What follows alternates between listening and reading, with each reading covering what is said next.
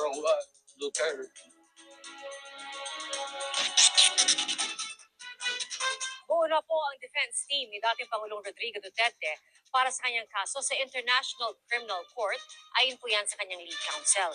At isa sa plano nila, maghain ng petition for interim release.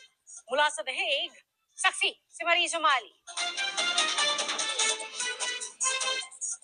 May team na raw na nabuo para magtanggol kay dating Pangulong Rodrigo Duterte sa International Criminal Court.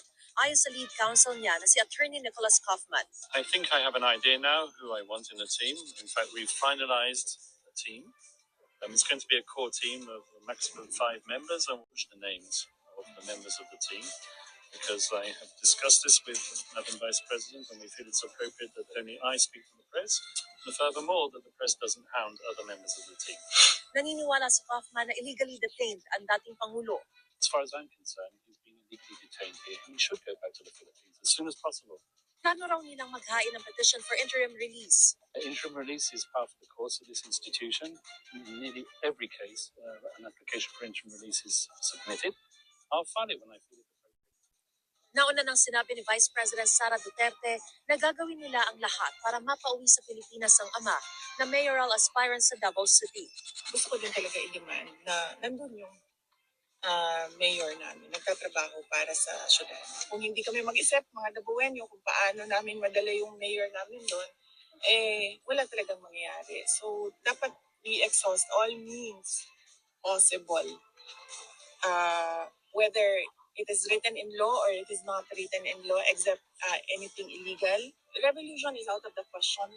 Sa pagdinig kahapon sa Senado, iginiit ng bise na warrantless arrest ang ginawa sa dating Pangulo. Pero nanindigan ang Department of Justice na legal ang pagkaka-aresto sa kanya. Ganito rin ang sinabi ng abogadong accredited ng ICC na si Attorney Joel Butuyan. Hindi yung totoong warrantless arrest ito. Dahil talagang merong warrant covering the arrest of the former president. Dalawa raw ang naging basehan niya para sabihin ito. Una, ang Republic Act 9851 na kapag may warrant of arrest na inisyuang International Court, may option ang Pilipinas na direktang isuko sa International Court ang suspect. Nasunod din daw ang Article 59 ng Rome Statute na nagsasaad na kapag inaresto ang isang tao ay pwedeng idaan sa competent judicial authority kung saan i-verify ang pagkakakilanlan ng naaresto at kung narespeto ang kanyang karapatan sa ilalim ng domestic law. Anong nangyari nung pag-aresto kay former President Duterte? Pinasahan siya ng Miranda rights niya. So that's pursuant to our domestic law on arrest. Sa pag-serve ng warrant of arrest, sa ordinary suspect, ang daming privileges that were extended to him, no, over and beyond what is required by law. Mula rito sa The Hague, Netherlands, para sa GMA Integrated